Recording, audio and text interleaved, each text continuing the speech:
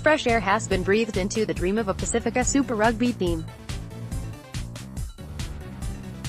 The New Zealand government has commissioned and shared with New Zealand Rugby a feasibility study into the establishment of a Super Rugby team based in the islands from 2020, with games to be held in Fiji, Samoa, Tonga, Auckland and Sydney.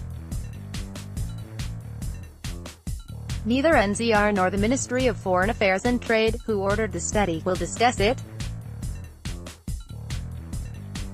RNZ's Joe Porter asked some invested parties what a team would mean to the Pasifika communities, if it would solve Pacific Rugby's problems and whether it's sustainable. Photosport. The Pacific Islanders took on the All Blacks in Auckland in 2004, and they covered themselves in glory that night.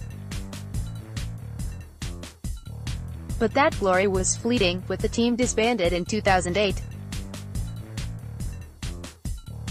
And with no Super Rugby team to call their own, former All Black wing and Manu Samoa coach, Sir Brian Williams, said Pacific Rugby has been left running on the smell of an oily rag.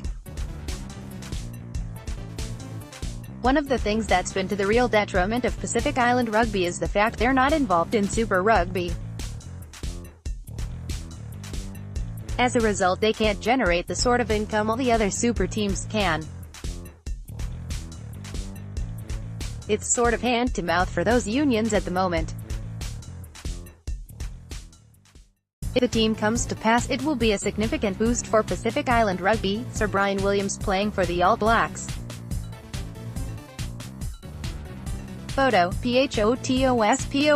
Sir Brian believes if the team goes ahead, Pacific Rugby will rise.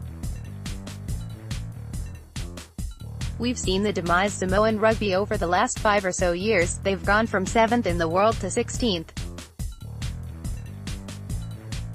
That's not a good sign. A Pacific Super team would give the players the right sort of competition week to week and generate the kind of income that will allow them, Tonga, Fiji and Samoa, to compete at the very top level. Pacific unions get some grants from World Rugby, but not enough to compete at the top level of international rugby. Those sentiments are echoed by Don Leo, founder of the Pacific Rugby Players Welfare, a group set up to help support Pacific Island players in Europe. Having a group of players who are used to playing with each other, who are on the doorstep of selectors, would be a huge benefit to the individual unions. Hopefully it would be the cream of the crop, the guys that would have gone to France to pursue the big bucks. Those are the guys I see a Super Rugby team actually being able to hold in the islands. Having access to those players throughout the season would definitely benefit the Pacific Island international teams. Daniel Leo, L. and Census Johnston, playing for Manu Samoa at the 2011 Rugby World Cup. PHOTOSPORT. Leo said the lack of a local team has caused an unprecedented Pacific exodus to Europe, where Pasifika players grapple with culture shock, financial struggles and performance expectations. We're now working with many players who are now struggling with that pressure and don't have those traditional communities to fall back on. Over in Europe, you've got no one, your family, your village, your church, your elders. It can be a pretty lonely place. Anything that helps support players in not having to leave the Pacific will be better in the long run, but it's also the traditional communities that Leo speaks of that can be the source of the burden, given their reliance on money sent back by these players. He believes a lot of those issues will dissolve if a Pasifika Super Rugby team is created, and Aidan Clark, the chief executive of Pacific Rugby Players, formerly the Pacific Island Players Association, agrees. Pacific Rugby Players Chair Hale T. Pole, L., CEO Aidan Clark, 2R, and board member Silala Mapuswa, R., with Manu Samoa internationals Chris Bui and Jack Lamb. With Manu Samoa captain Chris Bui and board members Silala Mapuswa and Jack Lamb during November 2017 tour team visit. Photo supplied Pacific Rugby Players. What it provides is more opportunity for the young players coming through, the ability to make the decision on would they like to stay with their families in or nay. living in the Pacific, or would they like to go to Europe? And at the moment they don't have that option. Clark has seen the feasibility study and is involved in the discussions. He's hopeful the team will be up and running by 2020. We're at those tables, talking about what it's going to look like from 2020, when the current Super Rugby broadcast deal expires. From our perspective, a Pacific Island team and having the opportunities for players as soon as possible is the best option, but there's a lot of detail to work through in SANZAAR and World Rugby, and all the parties are working quite frantically through that at the moment, but who will pay for it? There's whispers the New Zealand government is interested to combat the growing Chinese influence in the islands.